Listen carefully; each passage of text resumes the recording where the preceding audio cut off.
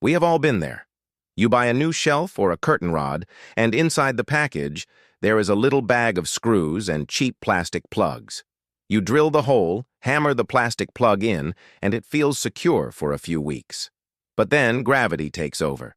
Suddenly your shelf starts to droop, or the towel rack pulls straight out of the wall, leaving a massive, ugly hole behind. The problem isn't your installation skills, it is the hardware. Those plastic expansion anchors are designed for solid masonry, like brick or concrete, not hollow drywall. Standard U.S. drywall is made of gypsum plaster sandwiched between paper. It is brittle and soft. When you screw into a plastic anchor, it tries to expand outward to grip the sides of the hole. But because drywall is crumbly, that pressure just crushes the gypsum dust. There is no friction for the anchor to grab onto. So, as soon as you put weight on it, the anchor slides right out like a loose tooth. The solution is to stop relying on friction and start using mechanical clamping. You need anchors that grab the back of the wall.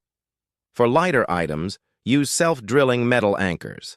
These have deep, wide threads that slice into the drywall paper and plaster, creating a much stronger lock than smooth plastic. For anything heavy, like a TV mount or a large mirror, you must use toggle bolts. A toggle bolt has spring-loaded wings that fold down to go through the hole, then snap open inside the wall cavity. When you tighten the screw, those wings clamp against the solid back surface of the drywall.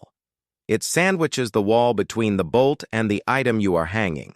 This distributes the weight across a huge area of the wallboard, making it almost impossible to pull out without taking the entire wall with it.